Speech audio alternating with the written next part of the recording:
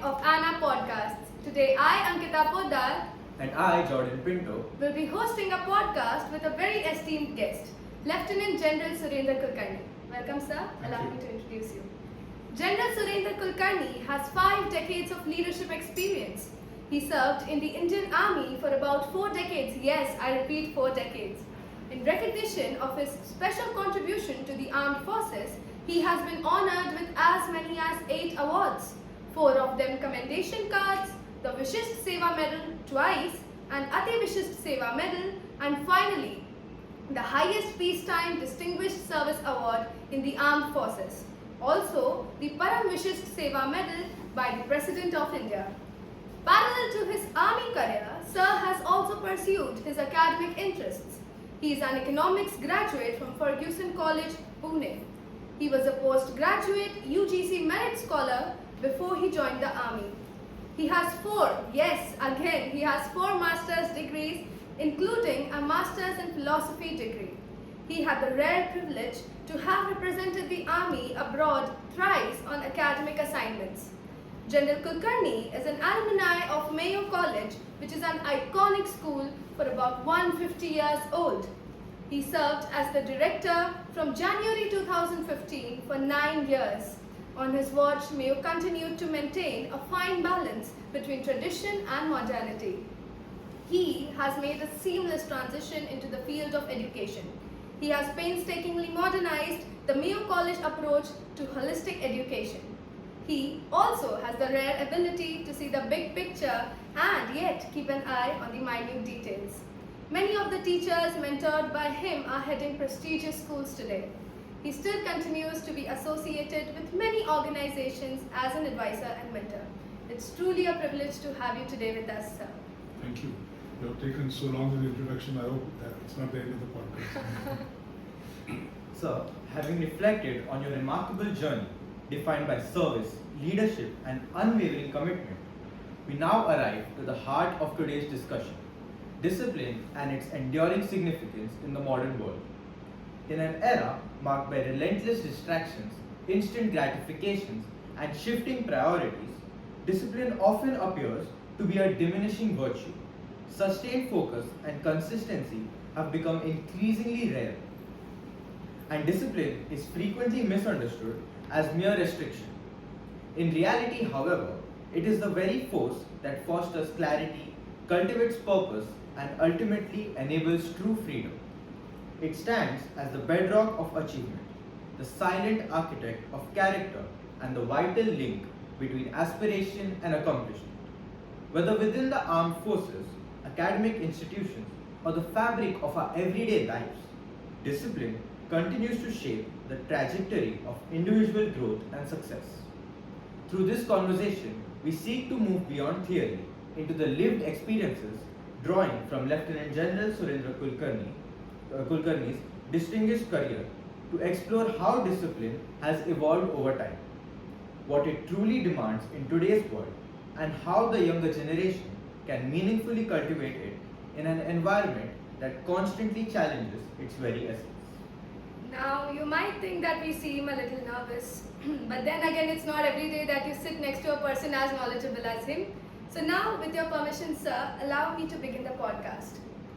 So, my first question to you, sir, is could you please paint us a picture of how was your experience back in your school days? Some of the best years of my life. We were a fully residential school, far away from our parents, but very close to what became my family because we bonded together. We faced adversities together, we faced success together, we faced challenges together. And that was a different era. No phones, forget about mobiles, but no phones even. So if the school had an emergency, they had to send a telegram to my parents. And if they wrote a letter, then the reply came back long after the event was over. So we had no fear of what would parents have to say till they saw the report card at the end of the term. But otherwise, it was the best days of our life. We played together, great opportunities for playing, great opportunities for leadership training, which we didn't realize then was actually leadership training. Because we used to think that they have just left us alone to fend for ourselves. little realizing that it actually meant that we had to find answers. And in our small groups, we suddenly discovered different people had different leadership qualities. So one day in a group of say 4 or 5 people, one guy was the guy who took the lead. Unwittingly, you deferred to him. Another day somebody else picked up the lead. And you learned that leadership was two sides of the same coin. You lead sometimes and you follow most of the time. And if you can get that balance right, it paid off. In my case, I can say it paid off to me in 2 different professions later in life. It does sound like an amazing experience. It sounds like you had the ultimate time of your lives. Please throw some insight into the pattern of study environment, the education structure in the college at that time, and most importantly, was it rigid or was it student friendly? Yeah, I think let's start with the end. I think it was extremely student friendly. Extremely student friendly. Academics mattered, but academics was not the end of life. As I said, holistic education. So the co-curricular activities, the outdoor, what you call experiential learning, was almost part of our daily life. For example, let's say for geography lessons, we had this huge, which is still there in school, a huge open air map of India. Today we have refined it by layering on virtual reality onto it. But at that time, you walked on the map and you actually saw your water flowing. So the river that flowed through the Arabian Sea had water going that way, rivers flowing towards the Bay of Bengal and water flowing that way. It was, memories that you can never forget, a geography lesson for your life. So academics was important, but it was not the whole main thing. More important was the other activities we did, co-curricular activities, sports. Sports was not only just compulsory, but it became the most favorite part of our school life. And even when I headed the school, I used to often say that my school starts at 2 p.m. because the actual life came into the school outside the classroom. And in those days, we could do cycle expeditions, which today in a city is not possible. But we used to often go on treks. The teachers, we remember over the years, but not the subjects. And that is the beauty of it. Because they were like your foster parents. And we didn't remember all teachers equally, but some teachers remained with you for a lifetime. And different teachers for different reasons. Some were extremely harsh, I would say, but very loving. And at that time you hated it, but then you came to realize that they actually loved you the most, and they invested so much of their time in you. Those who appeared to be jolly good fellows actually turned out to be not really for your sake, they just being cheaply popular at that time. But overall, if you ask me, I will not at all say that it was harsh or bitter. It was designed to let us flourish in our own way. So all of us went into different professions. Nobody, I'm sorry, it's a bad thing to say today, but we had no career counseling department. It's because our teachers were our career counselors. So we saw different things from different teachers, and we picked up for ourselves what we thought was the best of what each teacher had to offer. And as I said, going back, even till today, people swear by teachers by name and not by the subjects. Nobody remembers what chapter you studied in which class and which subject. Who remembers that? That does sound amazing. I mean, a lot of things have changed, but the essence of education still remains. So, could you describe your journey in the army and how has it made you evolve as a person? Well, I think all of us in any profession will evolve. But I think what the army makes you realize, the biggest single lesson is of teamwork. You fast realize that however good you may be at whatever you do, you are not good enough to do everything. So you need a team around you. And as I said, sometimes you are a follower, sometimes you are a leader, depending on where you stand in the hierarchy. But equally, when a particular task comes, when the task comes, then also sometimes you may be a leader or sometimes a follower. You may wear a higher rank, but that task requires a specialization of that chap. You want to cross a canal, somebody has to build that bridge. At that time, the guy who's building the bridge is the smart guy, not you. You understand? Yeah. So to be able to recognize the value of other people in your life and have a sense of community is very important, and that applies equally today. You may become the most successful man. Even Elon Musk needs a large number of engineers around him. Right? Steve Jobs needed a huge team around him. Though they were individually absolutely brilliant. Okay, so we realized that, and then alongside this teamwork came camaraderie. You realize that they were your true family, your buddies were your true family. Because tomorrow, if you went into a situation of danger, your parents are not going to be around, your family, your biological family won't be around. They are the people who are around, and they will pull you out of trouble or stand by you and make sure that they not leave you behind. And even perhaps in worst cases, it's happened, they've sacrificed their lives and to come back. I'll give you an example you may not understand. Let's say in areas like Siachen, let's say a guy becomes a casualty, not a war casualty, health casualty. Now he has to be brought on stretchers. You need a minimum of 6 people to fetch him back. Then they can't go on because they're exhausted. So you need another team of 6. So in relays, so around one guy there are 12 people who are involved with looking after that one person. Now that can only happen if you do it selflessly. You won't leave a guy to die, come what may. It's in your ethos. So you evolve that way, and you realize that there's a saying in the army that of course your country comes first, but after that your men that you command come next, and you yourself come last each and every time. So I think that's a great lesson we learned in the army. So what would be certain morals that you gained serving in the army, and which ones do you hold tight to your heart still? So models or values? Morals. Models like role models? No, morals. Morals, no. Simple. First moral is loyalty. You can only be a good buddy if you're loyal. Yeah. And so now everyone says about loyalty to the nation. You see what happens? The nation is a very distant concept. It's easier to be loyal to, like for you, it's easier for you to associate with your classmates or your school far more intimately than you can associate with, say, India as a concept. So first loyalty is of course to your family, then to your immediate community, and then it extends beyond to your nation and otherwise.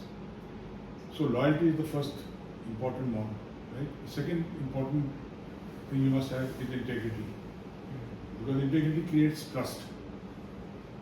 How do if I don't trust my buddy, and I say, oh, this guy will let me down, even if I have a slight doubt and suspicion, he may let me down, then how will I go anywhere into any dangerous situation with him?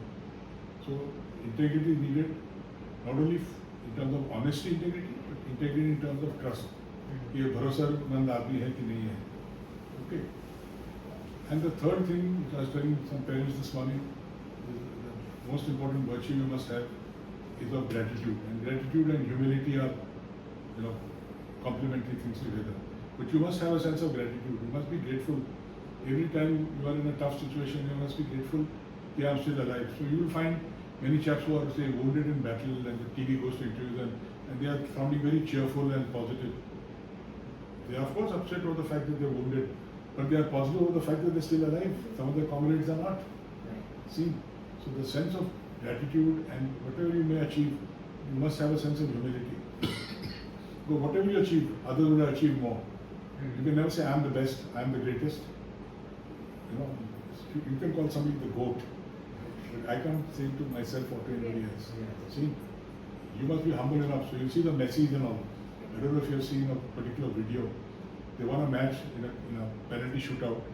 The opposing goalkeeper, because Messi's team had won, he was crying on the sidelines. So after the initial celebration with his team, he went running to that goalkeeper to pat him on the back and say, look, you did a great job. Sometimes when you shoot out, you lose. So that was the man's humility. So what happened? It actually enhanced Messi's standing and reputation. It did no harm to him. Right? Yeah. So that's why gratitude and humility, these are two other things that you must carry with you. Any one instance in the army which was life-altering to you, and it changed the way you think? Oh yes, I grew up to be a very casual, careless, relaxed kind of guy. And like you all, I'm sure, I do not worry where my next meal comes from. My parents cater for me and all that. Right? So I'm very careless and reckless, and as long as I was happy doing what I'm doing, I was not bothered about anything.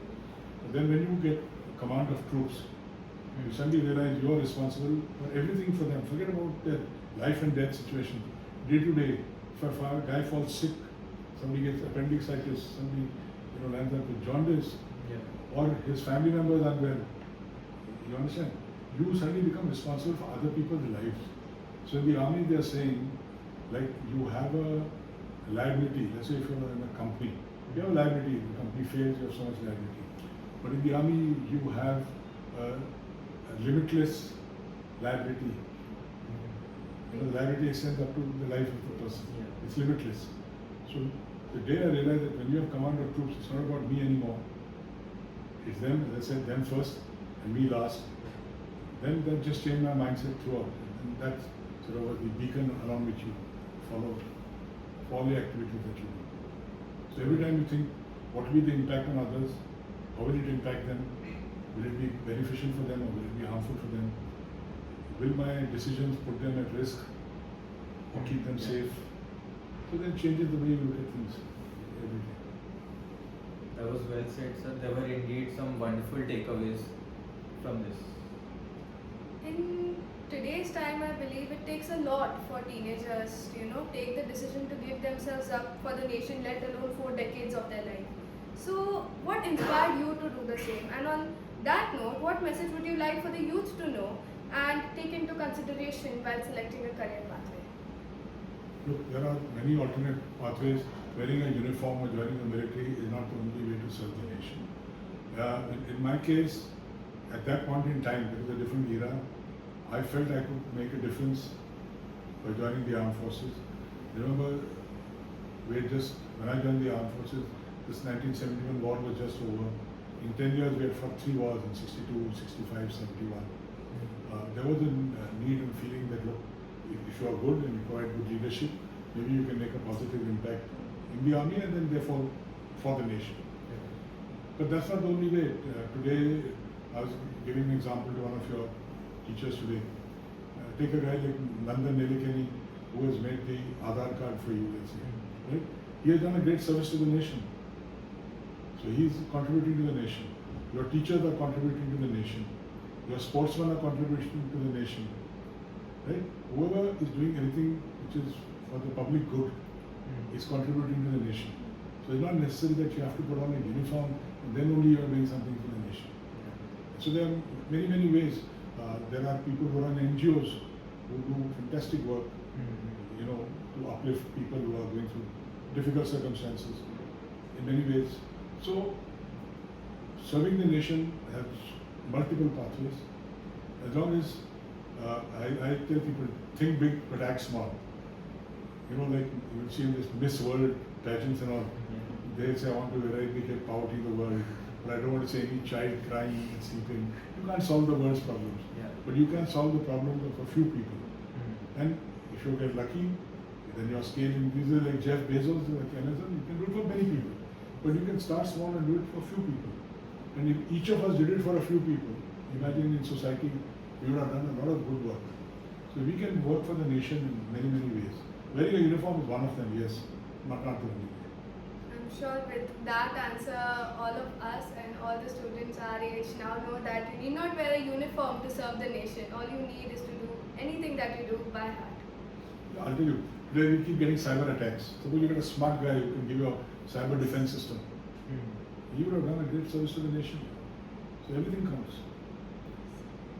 That's indeed an amazing answer. I'm sure everyone has got at least 2 takeaways from just this one answer alone. Sir, how does it feel to return to a school today? I believe it is a school that shaped you as an individual in your crucial years. And I'm also given to understand that you have served as the director of Mayo School in Ajmer.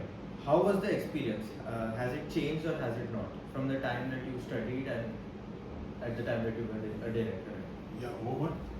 Something that changed and some haven't. The core values on which the schools are set up, holistic education, standing up and being counted.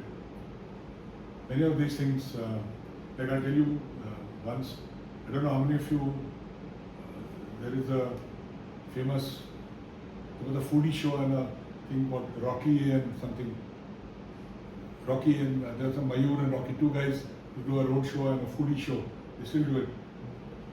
Rocky and Mayur or something. So they come to do a program, and then when they ask me about this, what is that big lesson you took away when you were growing up in school?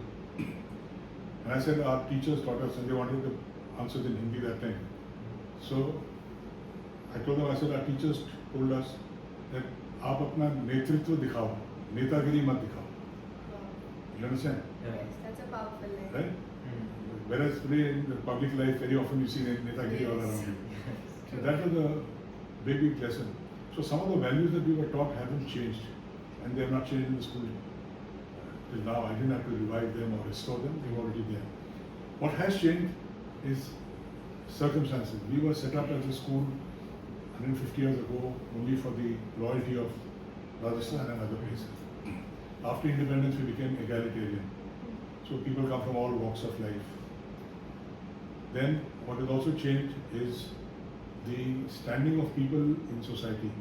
Around independence, either you were from royalty or soon after that, people who had sacrificed their lives for the freedom struggle and all. Their children came. There was a large number of people in public government service. Their children started coming because they're transferable jobs and no good schools in small towns and other places to keep. Then over the years, especially after the 90s, the economy liberalized and money became the strong currency that counted. But we were lucky, we still continue to draw children from all over the country, from far off places, because they feel what we can say can't provide in, say, just for example, in Guwahati, that can be provided here. So they don't mind sending their kids far off, or some come from Mumbai as well. They feel that what can't be provided here can be provided there. So those core things have not changed, but this has changed, circumstances have changed. The kind of professions people are moving into change. Even in my time, not many came to the armed forces. The few who came, by God's grace, have done well. But then, whichever other professions they went to, they did well there as well. So, that has not changed. Technology has changed substantially. So and we have a very large campus, as your principal knows. But in the year 2005, they set up a 3-kilometer OFC cable, optical fiber cable, as a backbone cable in 2005, right? When it was not fashionable, it was not the in thing to do, right? To enable us to be on a Wi-Fi friendly campus then. That time. Okay. So when people were trying to keep devices out of school, we said compulsorily we bring in devices around 2016, 17.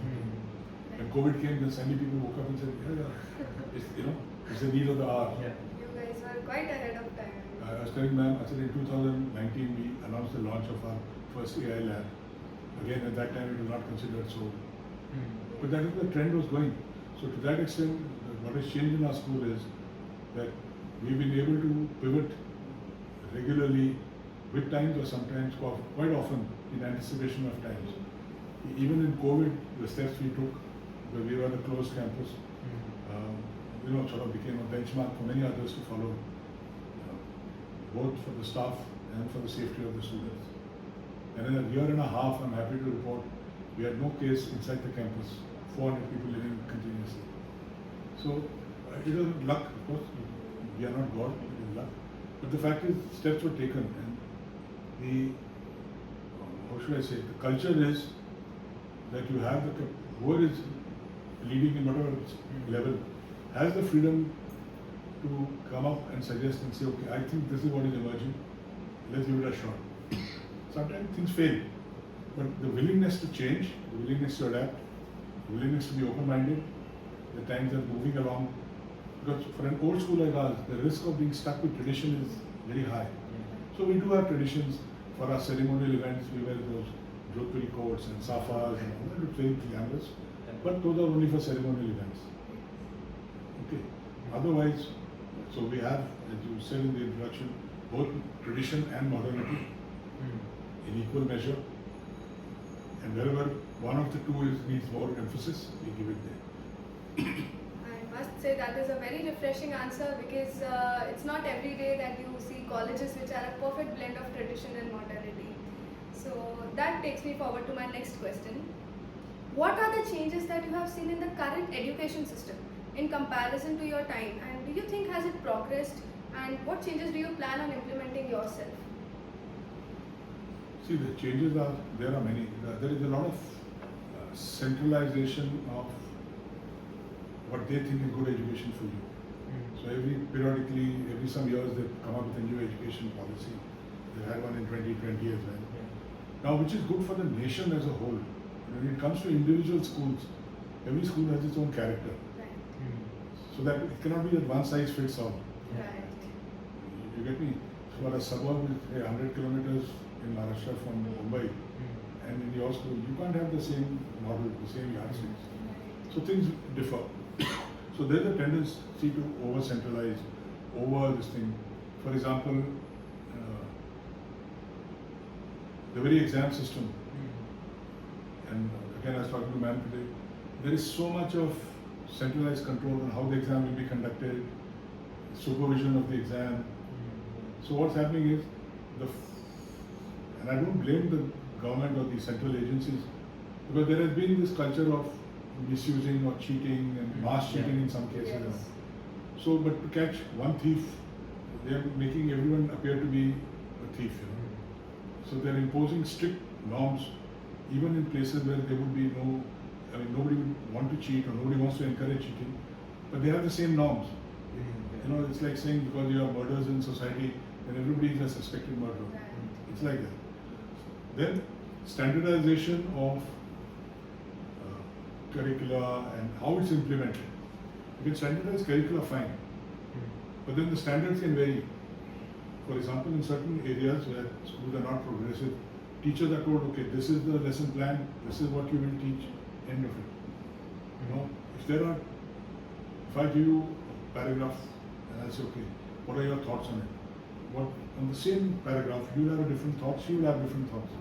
Correct? You will not be identical. Of course. But sometimes the standardization and conformity is being forced in the system, which is very harmful. Which is okay for basic stuff. You're doing a multiplication table, then it's okay. You can't say okay, 2 plus 2 is 6.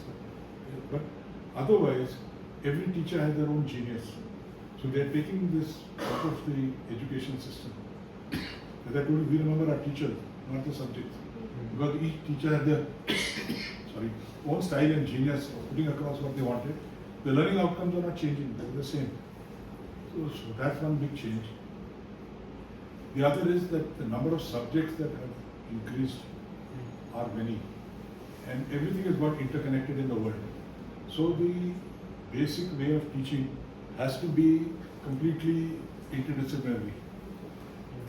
You get me? Yes. Very basic. We were talking this morning to some of your parents. If you have these vertical silos when we were young, or science stream, Yes. art stream, Yes. commerce stream, today all subjects are intertwined. Yes. Okay, so therefore you can't grow up. Secondly, in a child's mind, all subjects run parallel. Right. Then you're artificially compartmentalized in school, Yes. right? So if you know this is how the mind works, you want that child to develop, then let the child grow up that way. Now I know there are practical problems tomorrow if you want some strange combination of subjects. The school may find it difficult to organize. It's a administration or logistic problem. It's not an educational problem. Right. See? So there are ways to solve it, and today because of technology and automation, and now with AI coming, there are ways to solve this in a better way. So therefore, in big change that is going to come in education is that the importance of your degrees that you get, whether it's a school leaving degree or college going degree, is going to fast lose relevance.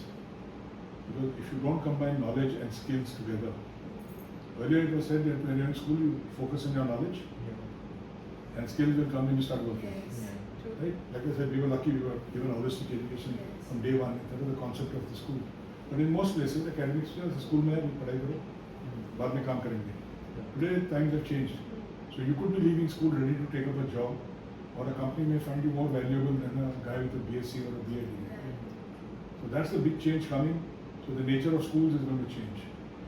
And the schools which watch this carefully and adapt in time will do it fine. Otherwise, then you have to wait for COVID and you'll have to be forced and to get devices. So now coming to the agenda of our podcast, from what lens do you view discipline? Many students often see discipline as a restriction. So, when did it become a strength for you rather than a limitation? Yeah, firstly, see, nothing is fully free or unlimited. Even the Constitution of India has certain clauses which talks of freedom of speech and expression, but also lays down limits to that. So nothing is ever free in anything in life. There are restrictions. Now in the armed forces, the restrictions are more. In other walks of life, they are less in these matters. But there is restriction in everything in life. Okay, you can only add so much salt to your meal, right? You maybe have freedom. Put 4 spoons of salt. Will you? No. You're putting restriction on yourself. Yes. So the real test of discipline is what restriction you put on yourself. True. Okay. It's not what the society imposes on you, but what you put on yourself. So I've been often talking about it. Discipline is within and not without. Yes. Okay. So if I do what needs to be done, irrespective of whether I'm told to do it, I'm expected to do it, or I'm forced to do it, then it's fine. If I'm forced to do it, I will conform till somebody is forcing me to do it. When the pressure is off, I will leave it. If I'm, say, not breaking a traffic light because I can see that policeman standing on the square, then I'm not disciplined because I stopped at the red light. But I'm disciplined if I stopped, the policeman was not there. Yes. See, so it's all within. People mistake this because they see the visible signs of discipline in the army, and especially when it comes to life and death matters. Your inner discipline matters. You know your life is in danger, and yet you are willing to go on to fulfill that task. Right? What is happening? It's not that you are born brave. Everybody gets fear. Everybody is scared. But you are going. You will say, my buddy is also going. I'm doing it for his cause, or I'm doing it for him. See, so you have to overcome fear. You know, like one of the Hindi movies has a line which says, "Dar ke aage jeet hai." You know, it's like that. You understand? There is dar. There is no question of that. So discipline is completely within. It's a wrong notion that it is something that is visible from outside. So like some schools, I was telling today, you have uniforms. Some schools don't have uniform. Are they less disciplined? Not necessarily at all. Or some schools you may be sitting on your desk and chair, you know, proper rows and columns, and the class will be completely quiet. And your impression with somebody walking the corridor will be, oh, look at this very well disciplined class. Good class control the teacher has. Another way of looking at the dead class. They are not interacting, they are not discussing anything, there are no ideas being thrown around. Yeah. Right? And if it is happening in the neighboring class, you would say, what a rowdy class. And actually there may be some very active and good discussion happening. So the class is disciplined, you can be rowdy in the class and loud. You can be loud because you are discussing something and people have the freedom to express their views. Yeah. Right? But when they are expressing their views, why that is an enjoyable interaction is because they are self-disciplined. One of the forms of discipline, I am speaking, then you want to speak, I allow you to speak. If I just keep speaking and don't let you say a word, then what discussion is there? Yes. Right? So discipline has many facets, but it all comes from within. And the last and most important part of discipline is that just when you don't feel like doing something, you still force yourself to get up and be there. You know, it's that famous youth expression, show up. Show up day after day after day when Yes. just when you feel I'm not going to do it, you show up another day. That's discipline. So that's another takeaway for everyone listening to this podcast. Discipline is what comes from the within, not on the outside. And you need to show up after all. Okay, moving to our next question, sir. You spent the four decades in the Indian Army where discipline is the backbone of literally everything.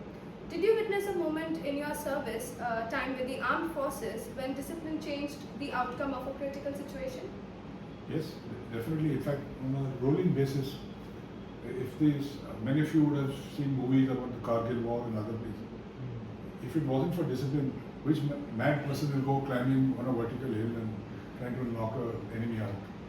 It's discipline. It's not bravery. It's not bravado. You understand? It's discipline. When you're doing the impossible, what looks impossible, you're doing it because you say, I have to show up for this. I'm not going to flinch. There will be maybe negative consequences for me, but I will. So it's not just one-hour incident, it's on a rolling basis all the time, every small decision, there is no choice but to go in for this discipline. But, as I said, because it's within each of us, it is implied, it is sensed and felt, it is not flaunted. What you see on parades and all is what is flaunted. Yes. That's not the real discipline at all. That's another way to look at it. Sir, do you believe a society's progress is directly linked to the level of discipline among its citizens? In today's fast-paced and digital world, do you think society is becoming less disciplined in comparison to how it was in the earlier times?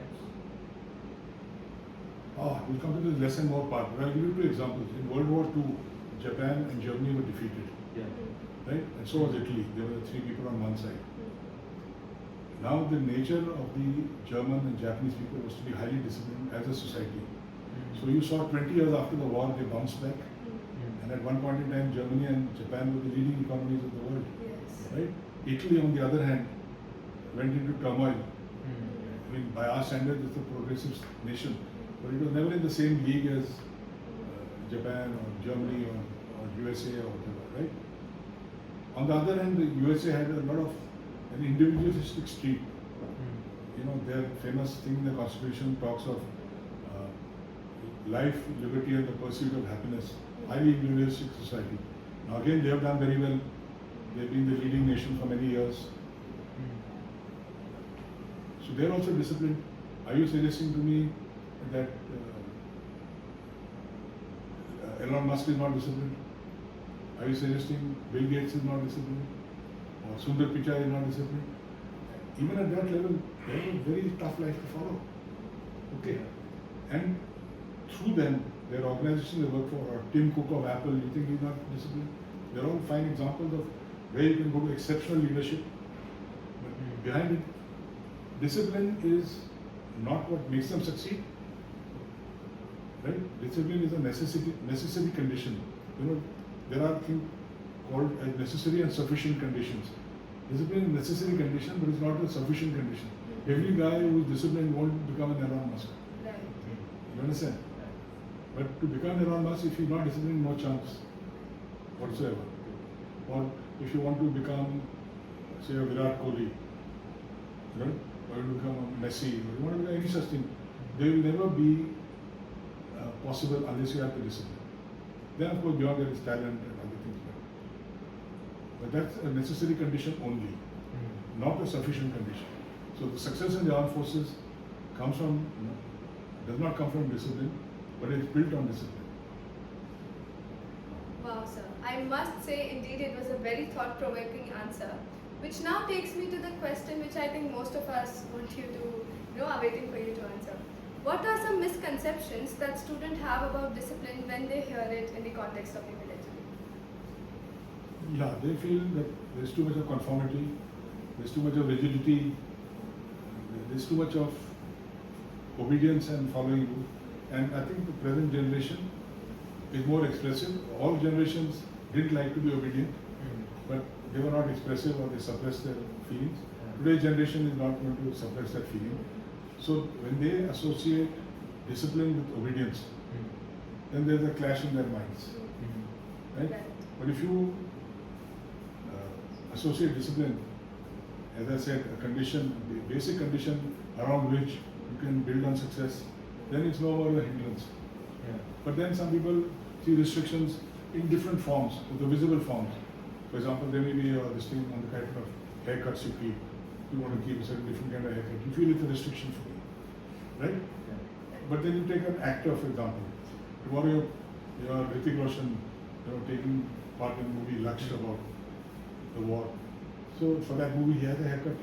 Yeah. Otherwise, he may keep very long hair. I'm just saying. Yes. So is he being indisciplined? No. No, I'm just saying, is he being restricted?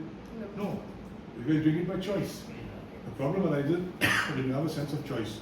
If the students feel they have a choice, and I know the phrase education use voices and choices, Yes. but there's too much emphasis on voices and less on choices. Because even in the family, the tendency is not to give you that much freedom of choice. Right. Yeah, I was talking to parents about this. Yes. That you've got to give the students a sense of choice. That when the decision is arrived, and you must get the feeling that the students came to that decision and it was not imposed on them either by the school or by the parents. Then it will be readily accepted. Otherwise, there will be a sense of defiance in it. So students today often struggle with distractions like social media, instant gratification, and constant stimulation. From a leadership perspective, what role does discipline play in building trust within a community or organization? And how can students build self-discipline in such an environment? Yeah, I personally don't see social media as a distraction. I see it's a necessary part of life, just as technology now is a part of life, right? Uh, if you want to search for something, you go onto a search engine like Google, right? You do it unhesitatingly. It's a great source of knowledge. So social media can be a source of knowledge. It can be a great source of connection with people, places, things, so many things. Now the issue comes up about this distraction, because it is so exciting and it's presented in such a attractive way. You tend to linger on it for too long. So the real challenge lies for a student or a human being on doing what is publicly known as time management. You decide that you have 24 hours in a day, correct? How many hours you need to devote to sleep, how many devote to do your basic jobs, how much time for your meals, if you have to commute for work and all, how much time for commuting, and therefore how much time can you devote to this? If not on a daily basis, on a weekly basis, or whatever time you decide, how much time can you legitimately devote to being on social media? And if your lifestyle tells you it's 30 minutes, keep it 30 minutes. If my lifestyle, then now I'm a retired guy, I can do it for 2 hours, I can do it for 2 hours. For me, it's not so much of a distraction. At your age, it's a huge distraction. But you have to decide what you want to do with your time. So let's say you're an active sports person and you have to go to some academy and practice for say, for 4 hours or something. You're a bodybuilder, you go to the gym, you have to do 4 hours of gymming. You can't be on social media on those 4 hours. So you're actually doing time management. See, now when I don't want to have purpose in my life, then I can do this for many hours at a time. See, second thing, when you go onto social media, you can partly restrain yourself by asking, why am I going on social media? Okay, I want to find out about what's happening with the war in Iran. So even if I surf for half an hour, I'm looking for the war in Iran, fine. But what happens when I'm doing that? 5 other pop-ups come up, right? What was Kareena Kapoor wearing for this party or something? I'm just saying, right? So then I'll get distracted by that, and third thing, so and so said this about Durandar or something, then I'll go into that. I can get distracted in any number of ways. I was not looking either for Kareena Kapoor or Durandar, but I've ended up spending time on that. See, so that comes from within. If you decide how I want to use my time, by all means, if you are a film critic, then you're watching film all the time, it's not distraction. But for you and me to watch film all the time, it's huge distraction. So that is why you have to decide what am I wanting to do with my life, how many hours are there for doing that, out of that, how much can I pull out to do social media. Or for example, it's not only on going on social media and watching, it's also on texting, on Insta, or WhatsApp, whatever you do. Some people are obsessively texting all the time. See? So it's up to you. It's ultimately all a matter of time management. But it's not to be seen as a bad thing. It's not drugs or something. Though sometimes the effect it has on your mind is very similar to drugs. That is another great answer. It tells us that distractions, after all, are again a choice. You choose to be distracted, you choose how to manage your time, and that's how life goes. That takes me to my next question, sir. In your opinion, what are the long-term repercussions when discipline is missing during a student's formative years? And how can schools encourage discipline without making students feel controlled or pressured? Yeah, firstly, in the long run, see, discipline is not periodic. You can't say, today is discipline day. I'm going to be disciplined. Discipline is a way of life, right? And as I said, this is the fundamental basis on which you can build success. Now, let's say you're a researcher, or I met 2 of your kids today who are doing some work on startups. Can they say, look, I'll do startup work once a week? That's not. They have to be disciplined. It's boring. You don't see the result of preparing that startup overnight. For a long time, you see nothing happening, and yet you're at it and at it. So, first thing that discipline is an indefinite thing. And you can't suddenly at the age of 35 or 40 say, I think good idea. I think ये discipline ठीक है, ये अच्छी चीज है. Let me try it. It's not, by the time it is not seeped into your system. So it has to start from a young age. But discipline has to be also measured with, what should I say, with, discipline doesn't mean rigidity. Discipline means being focused. You know, it's like light. And you cannot have a laser beam running all night.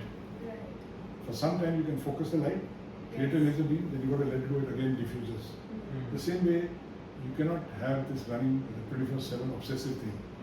So there are times when you're having fun. Okay, you are being, and you need to be in discipline because you can, and you have to do things out of the normal. Because if you don't do things out of the normal, then what is innovation? What is innovation? It's something that you challenge the status quo, you do something else, right? So let's say you tell a small kid, "ये आग को आग मत लगाना." Kid will go and put the hand. Now it depends how much they can tolerate the heat. They will pull the hand back quickly, and over a period of time learn smartly how to use fire. See, so discipline is not something which is going to be binding you.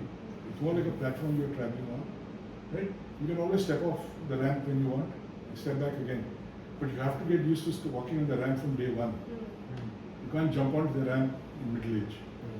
And how schools can do it, and how schools used to do it earlier was by imposing it on you. This is the rule, ऐसे होगा, no deviation allowed, right?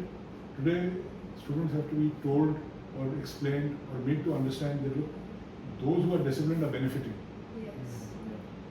Even within their progression within school, those who are disciplined are benefiting. Those who are not are falling back. Then after that, you don't need to be told again. You realize that if I want to make a headway, this is the way to go. I'm sure a lot of us would relate with this. Sir, after leading soldiers in high pressure situations in critical life or death moments, what habits would you recommend students develop early if they want to build strong discipline and leadership qualities? Yeah.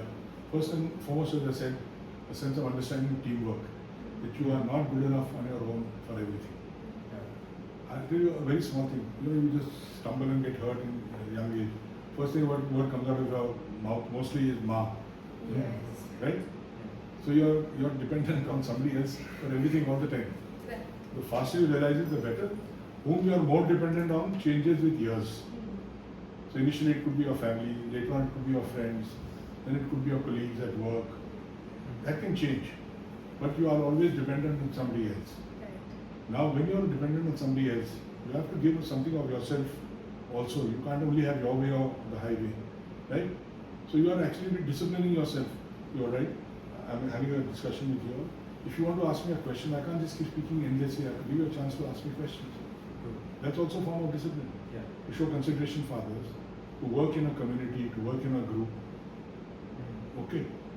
And then what happens is when you're really tight and in bad, as you said, in a bad situation, who is going to get up and stand by you? That is the real catch. Your social media friends are not the ones who turn up. There will only be a handful of people who really stand by you, who really care for you and who feel you have cared for them. As I said, this integrity is a form of integrity. If I'm standing by you, I must always stand by you. Tomorrow you're getting into trouble, I don't suddenly back out. So one of the things that used to be taught in boarding schools when we were young, which morally can have different understanding. But the thing was you didn't snitch on your buddies. So even if your friend had done something wrong and was caught, you said, hey, you were aware of it? No, sir. Has he done anything wrong? No, sir. Okay. But you know it's wrong. The teacher also knows you're lying. But that counted. Okay, look, I will stand by my buddy. If they said, okay, if you do this, you are a monitor, you know where you're a monitor from tomorrow, so fine. I'll accept that as a consequence, but my friendship matters more. You get my point? Yes. Now that's a long lifetime lesson that if you really care, you stand by each other and you take the consequences with it. See? And that is what makes a difference in the long run and makes you stronger and that's where discipline really pays off. That answer again brings another saying to my mind. A friend in need is actually a friend indeed. Absolutely. Yes. So going on to the next question, sir. Considering the geopolitical scenario in today's time, what advice would you give to today's youth of India? I think don't worry about the bad things today because it's not in your control. Prepare yourself for the tomorrow. Because the world is changing. So if you think tomorrow hydrocarbons may lose value, then don't try and become a petroleum engineer. You know, I was giving an example today. There used to be call centers. It was a big business in India. Because there are no call centers. So if you're preparing for that and you're trying to translate or do transcription, it's no use. AI will do it in 30 seconds. So you have to observe and get ready for what's going to come tomorrow. Today's situation is outside your control. Forces are beyond your control. You can only handle things which are in your control. And what is in your control is to be ready for tomorrow, to have knowledge across multiple disciplines, to have skill sets that are irreplaceable by machine or by thing. So tomorrow I am, let's say, I want to talk about some problem I am facing. I don't have to always go to a psychiatrist. I can talk to a friend also. I can talk to my family member also. Right? So for example, the art of listening will never die. Right? The art of consoling people will never die. The art of communicating and selling things. There will always be whatever happens tomorrow in the world, there will be a need to buy goods, services. Somebody has to sell them, market them, advertise for them. So there are certain things which will never go out of business. So you go to see, these are just handful of things I mentioned, and multiple things, right? So you have electricity going to go out of this world never. So anything associated with that, machine will always be there. So if somebody wants to be a mechanical engineer, he'll never really go out of fashion. How the skill is used may change, but mechanical work will never go out of fashion. So you have to identify what's going to happen tomorrow and prepare for that world. Right? So if somebody told you there was some profession which was very popular 30 years ago when your parents were growing up, it may not be relevant today at all. You guys may have not seen this, but I think your teachers may have seen the time when there used to be a thing called STD booths. You heard of STD booths in India? So there used to be this place where the public telephones used to be there. You went and you paid money and you could dial your people.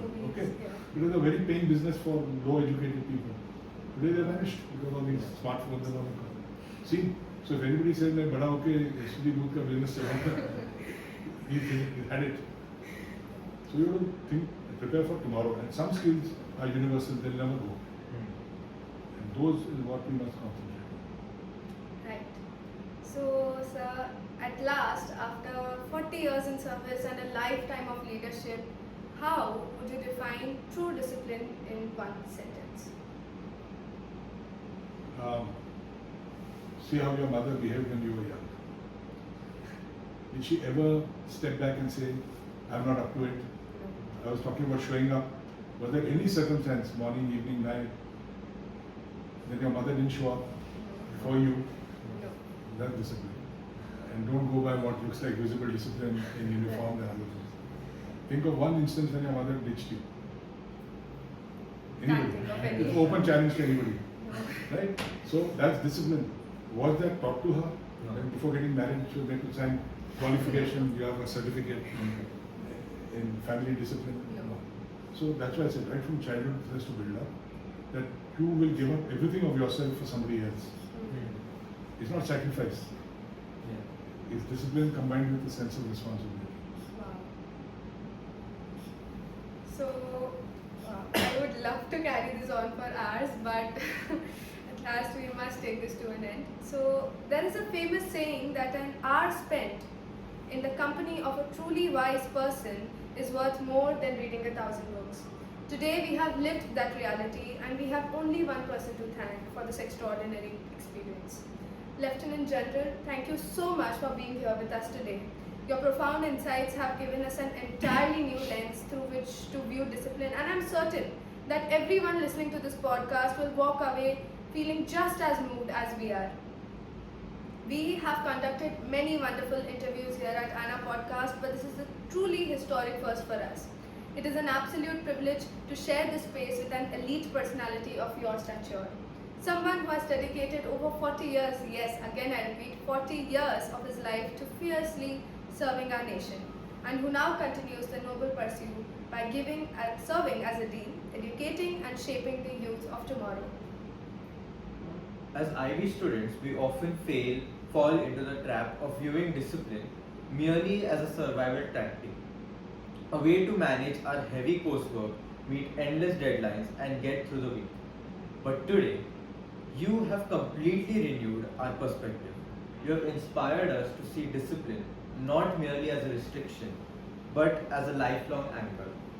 You have shown us that true discipline is the foundation of character, leadership, and personal freedom.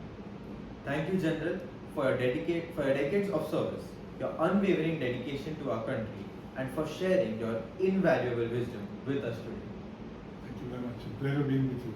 Yes, we do celebrate. Thank you very much. And to our listeners, we hope this conversation has ignited the same spark in you as it has in us. Take these lessons, apply them to your own lives, and remember that discipline is the bridge between your goals and your accomplishments.